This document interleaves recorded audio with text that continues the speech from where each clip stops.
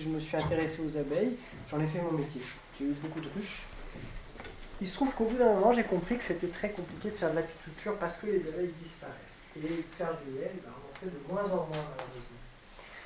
Vous allez comprendre pourquoi et vous allez comprendre ce que vous pouvez faire pour agir vous aussi, parce que ça va être aussi votre travail dans les années qui viennent, d'aider les abeilles à survivre et peut-être, j'espère un jour, à se redévelopper. Parce que vous allez comprendre qu'elles ont vraiment une utilité particulière dans l'environnement.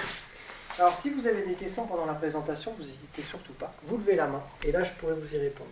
Si vraiment il y a beaucoup de questions, ça veut dire que vous êtes très intéressé et c'est super.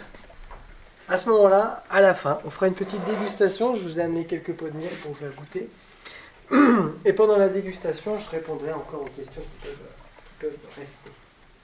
Alors, avant de rentrer dans le vif du sujet, je vous disais que j'avais plusieurs métiers parce que, au départ, comme je vous disais, en ce moment, on récolte la sève de bouleau.